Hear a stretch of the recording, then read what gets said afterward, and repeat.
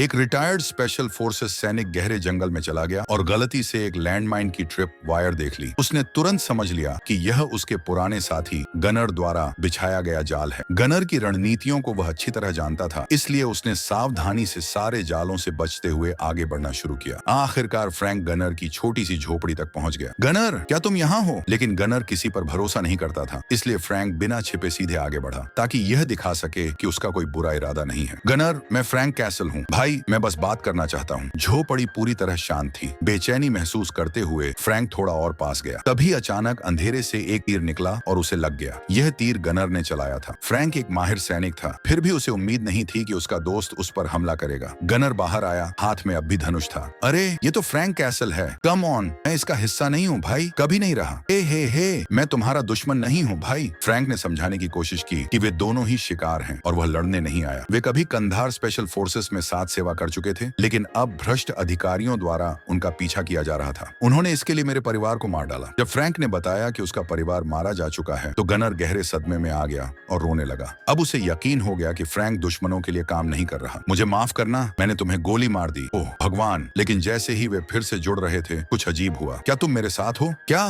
नहीं। चिप, जिसे जंगल के किनारे रुकने को कहा गया था, हेलीकॉप्टर की आवाज सुनकर वापस कार की ओर दौड़ पड़ा। फ्रैंक, वे आ गए हैं। उसी समय एजेंट ऑरेंज पहले ही फ्रैंक और गनर को मारने के लिए 8 स्पेशल फोर्सेस सैनिक भेज चुका था। ये साबित करने के लिए कि उसका कोई बुरा इरादा नहीं है, फ्रैंक पहले ही अपनी बंदूक गिरा चुका था। अब उनके पास सिर्फ एक क्रॉसबो ही हथियार था। कोई और रास्ता न देखकर वे जल्दी से सुरक्षित जगह की ओर भागे। चिप ने ऊपर से उनकी मदद के लिए एक ड्रोन भी लॉन्च कर दिया। इस बीच स्पेशल फोर्सेस के सैनिक अनजाने में गनर के बिछाए जालों में फंसते चले गए। कराहने और चीखने की आवाजें